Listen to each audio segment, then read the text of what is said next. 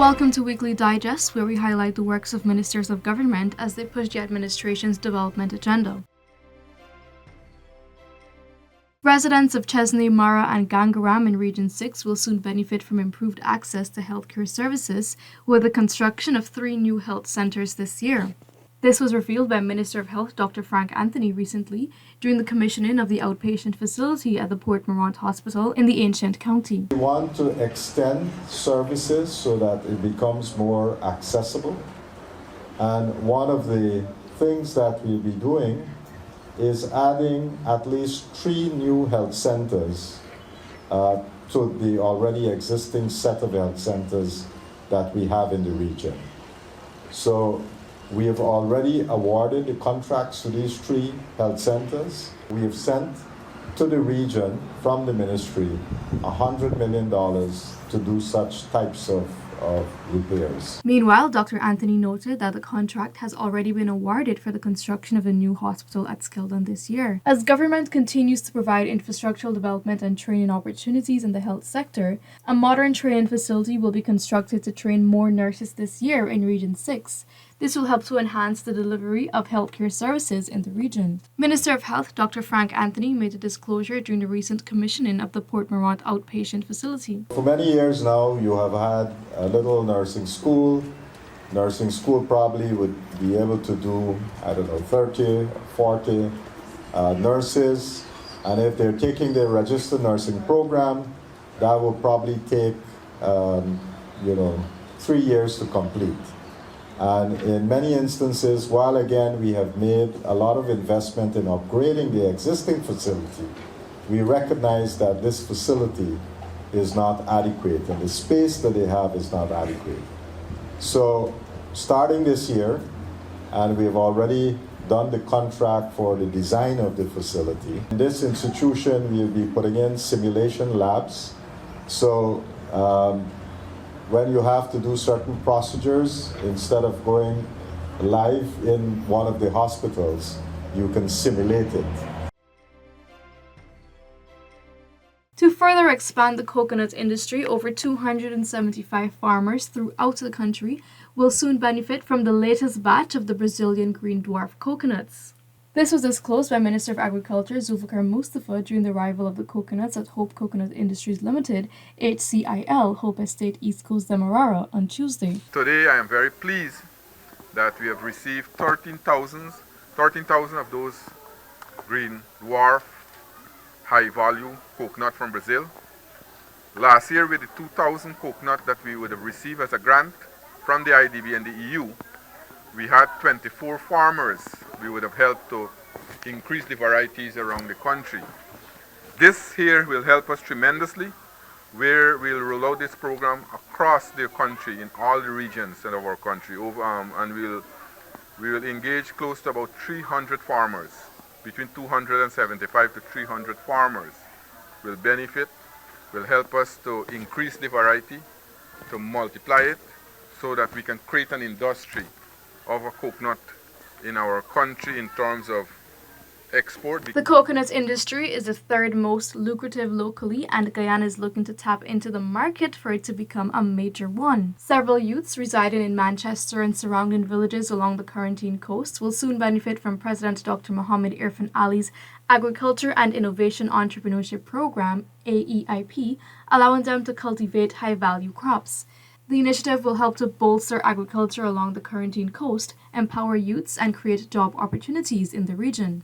This was highlighted by Minister of Agriculture Zulfikar Mustafa while engaging community members on Saturday. I will be back shortly because a young lady raised with me that there are a number of young people who wants to get involved in agriculture. The high value crop, the president would have set up that company where young people are shareholders. Now we said that we will replicate that in different parts of the country. So I'll be back in that area to launch that program with young people, so that we can have that program in Manchester, Lancaster, Liverpool areas there. Minister of Labour Joseph Hamilton underscored that a framework must be set for greater cooperation among the Caribbean ministers of labour on various issues to ensure that more people benefit from opportunities. The minister made these remarks at the opening ceremony of the 12th meeting of the Caribbean Ministers of Labour held on Tuesday at the Marriott Hotel Kingston. The meeting is a collaborative effort between the International Labour Organization ILO and Guyana. I am expecting outcomes that would see us not only collaborating on the various issues, but also having exchange programs with each other ministries and a reinvention of our technical education program to ensure that more persons will benefit from same. There must be a roadmap as to where we go from here at the end of this important meeting.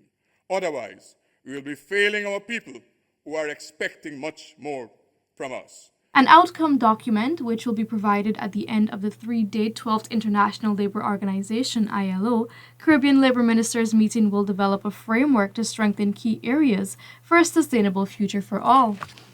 This was underlined by Minister of Labour Joseph Hamilton during a press conference on Tuesday at the Marriott Hotel Kingston. We can assure you that at the end of the 3 days, our document that we will present to the public, the digestion of all our people, will be taking care of their needs and how we work to ensure that what we put on paper is effective.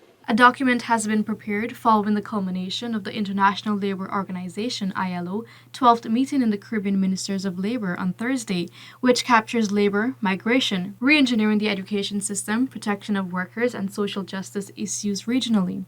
This was highlighted by the Minister of Labour Joseph Hamilton during a media conference at the Marriott Hotel Kingston. We have a document that we have agreed upon. But generally, this is just the beginning of our collaboration and cooperation. Importantly, we have instructed that our technical teams coordinate amongst themselves to develop whatever strategies, programs, and plans that we at the level of policy and government would want to initiate in the Caribbean, whether all the nations together or whether bilaterally.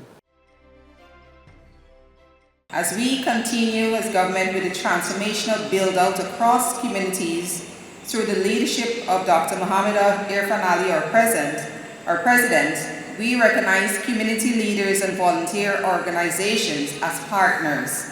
Together, we advance towards increased prosperity for all Guyanese, regardless of their race, religion, or any other factor. That was Minister of Tourism, Industry and Commerce, Onich Waldron, delivering the feature address at the inaugural Safai Community Awards for Service and Excellence Saturday evening.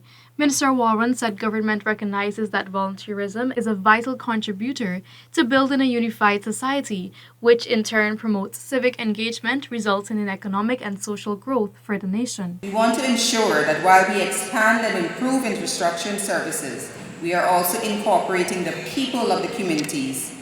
That is why we ensure that the persons who reside in Safai and adjoining communities were employed to deliver the new bridge at the B Field, also known as the Blacker. Minister Waldron stated that the award ceremony presents a blueprint that communities across Guyana should adopt as part of their development goals. The Ministry of Legal Affairs, in collaboration with the Inter-American Development Bank (IDB) on Monday, handed over a new vehicle and computer equipment to the Drug Treatment Court of Guyana under the support of the Criminal Justice System Program. Attorney General and Minister of Legal Affairs Senior Counsel Anil Nandlal said that this partnership represents government's commitment to enhancing Guyana's justice system. The core objective of this program, conceptually, was to reduce our prison population, but we have managed to stretch the elasticity of